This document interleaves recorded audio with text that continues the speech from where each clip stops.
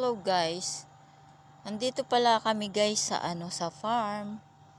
At ito ito yung guys, oh.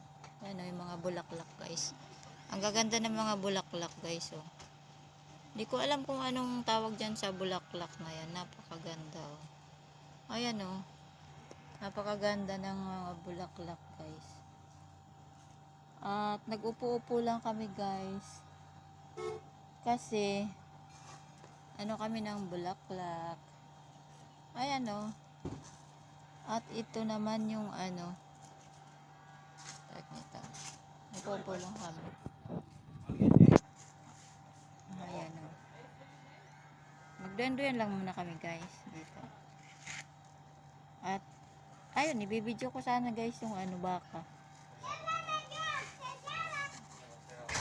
Yung baka. Ayan.